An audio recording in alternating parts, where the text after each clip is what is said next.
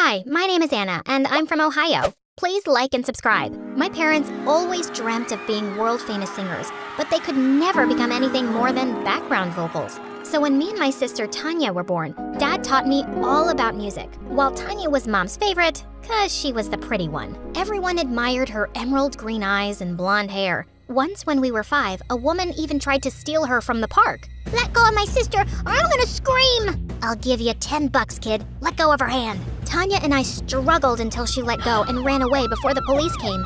Tanya hugged me tight. "Anna, you saved me." "No one touches you on my watch, sis." Even growing up, she always had everyone's attention, whereas I enjoyed my simple life. But then in 10th grade, things took a wild turn. One day after school, we got home to see Dad being rushed to the hospital. He had a heart attack. A week passed by, and we found out he wasn't gonna get better unless he had this really expensive surgery, and we didn't have money for it. Mom was thinking about selling the house when, out of the blue, she got a phone call. After she hung up, she screamed like crazy. "My former agent told me they're looking for new talent and they're gonna pay huge money." She told us about a music audition that was happening in another week and asked us to grab the opportunity. On the day of the audition, everyone was stunned by Tanya's looks, but when she opened her mouth, they all covered her ears. "Hello from the other side." Someone grabbed the mic from her hands or shut off the speakers. I can't stand her voice.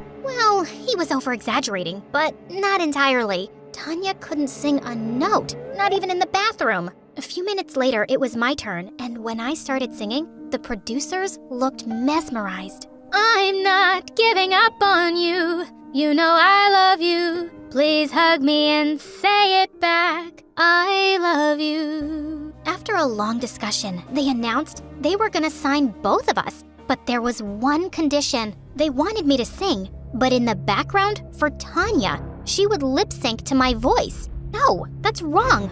We won't be doing that. But Tanya held my hand with teary eyes. "Please, sis, you have to do this. We need the money." "But Tanya..." "Anna, my love, the future of our family rests on your shoulders now. Think about your dad. Think about our family, honey." I knew it was wrong, but I couldn't stand to see my family suffering. So I agreed. After we signed the deal, all of Dad's hospital bills were paid, and he came back home all healthy in a month. And then it was just me and Tanya and the non-ending music videos and tours around the country. Everywhere Tanya went, people would go crazy for her. They would literally jump over each other to catch sight of her. These people were nuts. And clearly, this was getting to Tanya's head, because when we returned to school after summer break, she started acting like a queen and a bully. "Get out of my seat. That's my spot. Don't you know who I am?"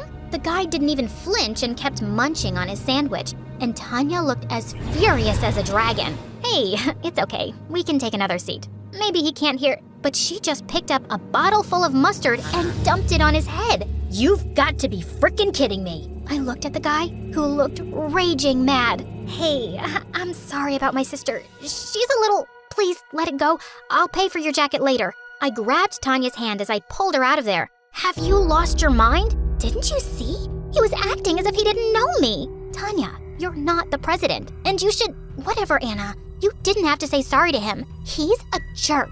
Saying that, she stormed away. Ugh, such a diva. Later, after school was over, I went into the music room to practice my singing, but just as I finished, I heard someone clap behind me, and I was shocked to see the guy from the cafeteria, Brandon. That voice. That's your sister's voice when she sings, isn't it? Oh God, what now? But he didn't know anything for sure. "I thought you didn't know her. And now you know her voice?" "I never said that. She just assumed it. I know who she is. And now I know her little secret." "You know nothing." With every sentence, he kept getting closer as I was backing away. I tripped over something, and he caught me. "What are you even doing here? Everyone's gone." "But you're still here. And you kinda owe me something." My eyes widened at that, but then he put me back on my feet and continued. "You said you'll pay for my jacket. I'm here to collect the money." Right. What was I even thinking? I gave him some money from my bag and ran out of there. A few days later, while I was in the library, Tanya came to me. "I want you to go and give this to Brandon and tell him that I want to meet him at the cafe tonight." "What? Why? What are you up to now?" "Didn't you see? He ignored me. He isn't like the other guys who were running after me 24/7. I like him. I want him. I want to make him my freaking boyfriend. Well, then you go and talk to him. Why should I do it? Because I'm me, duh. I'm a superstar. I can't make the first move. I don't want to look desperate. Do it for me, please. Ugh. Reluctantly, I left a note on his table and asked him to come to the cafe and ran out of there. Later, Tanya asked me to tag along, and just when we reached the cafe, she saw some random people with cameras there. Oh no, paparazzi. I can't be seen with anyone. My contract doesn't allow me to date publicly, Anna. But what about Brandon? He's waiting for you. Can you please go and tell him I'll see him tomorrow at school? Okay, thanks, bye. Saying that, she ran into a cab and rode away. Now I had no choice but to inform Brandon myself. So I went in. Hey, I'm sorry, but I thought you wouldn't come and that this was some stupid prank, but I'm glad you're here. What? Me?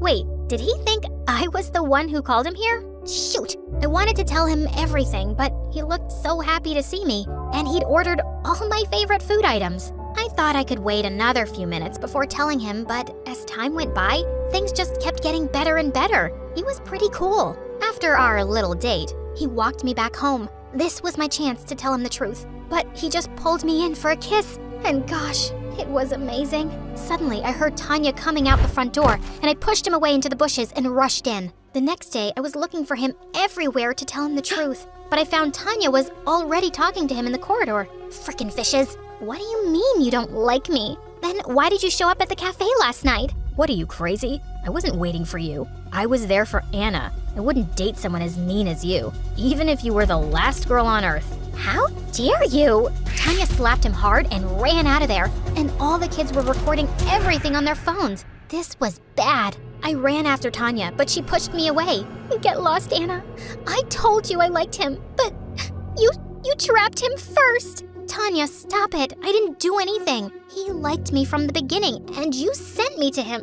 Yeah, it was my biggest mistake, thinking I could trust you. Traitor witch. She jumped onto me and grabbed my hair, and we broke into a huge fight. Mom and Dad were called in, and the principal showed them the videos the kids had recorded. He said Tanya's behavior was getting worse day by day, and she was suspended for a month. I felt so bad and went to hug her later that night and told her I wasn't gonna see Brandon anymore, and she immediately hugged me. But when I went to my room, Brandon was already waiting there. Why are you avoiding me? And what was your sis talking about today? Brandon, you can't be here. Get out now. Hey, chill. Why do you look so tense? Tell me, what happened? He pulled me close into his arms, and I just melted. I told him everything, honestly, and then he looked into my eyes. I won't force you to like me, but if you do, I won't let anyone keep you away from me, Anna. He moved in to kiss me, but just then, Tanya came into my room with a fire extinguisher in her hand and sprayed it all over us. I knew it, you ugly cow. I knew you're a filthy backstabber, and I'm gonna destroy you both. Suddenly, Mom and Dad came running too, and she was taken back to her room. And I was grounded for a week for inviting a boy. We had a big concert soon, and though I was super mad at Tanya, I still had to help her because of our contract. As usual, I was singing backstage while the entire crowd was cheering for Tanya. After the performance was over, she was given an award for star performer. Even Mom and Dad were called on stage. You guys must feel truly blessed to have a daughter with the voice of an angel. It's an honor. We're so lucky to have her. For some reason, I felt really left out, and I smashed my mic on the ground. Just then, someone from the audience asked Tanya to dedicate a song to Mom. Holy moly. Tanya made this gesture with her hands that was my cue to sing every time. But my mic, it was lying broken on the floor. She started singing without me, and everyone in the audience heard her real voice. Oh my God! A wave of silence passed through the audience, and Tanya looked at me super mad. The crowd started chanting that she was a fraud who did lip syncing. They went mad and started climbing onto the stage. The bodyguards immediately took Tanya and my parents away to safety and left me there all by myself. How could they? I ran out of the venue and I was raging mad. I did so much for them and they didn't care about me one bit. But when I reached home, I was shocked to see a huge crowd gathered in front of my house. What in the world was happening? Just then, my phone went buzzing like crazy with videos and messages from everyone. Tanya's bullying and lip-syncing videos were going viral. And someone uploaded my video as the real singer too. Holy Mother of Jesus. I quickly went into the house through the back door, and on seeing me, Tanya viciously threw a vase at me, which I barely missed. Just then, I saw all the singing awards and trophies she was burning in the fireplace. Oh my God, have you gone crazy? Why would you do that? What were you thinking? Trying to ruin me? What? Are you kidding me? It was an accident. Oh, was it? Or is it because you want some fame for yourself now? Just remember this, you witch. People hear your voice because of my face. Otherwise, no one would ever pay you, even if you sang on the roadside. Who was this monster? You're such a mean, self-absorbed brat, Tanya. I can't believe you'd say that to me when the fact is, you're only a star because of my voice. Without me, you're just a pretty dumb face. Tanya picked up a burning trophy in her hand and charged at me with full force. You took away everything from me. The guy I loved, my reputation at school, and now my fame too.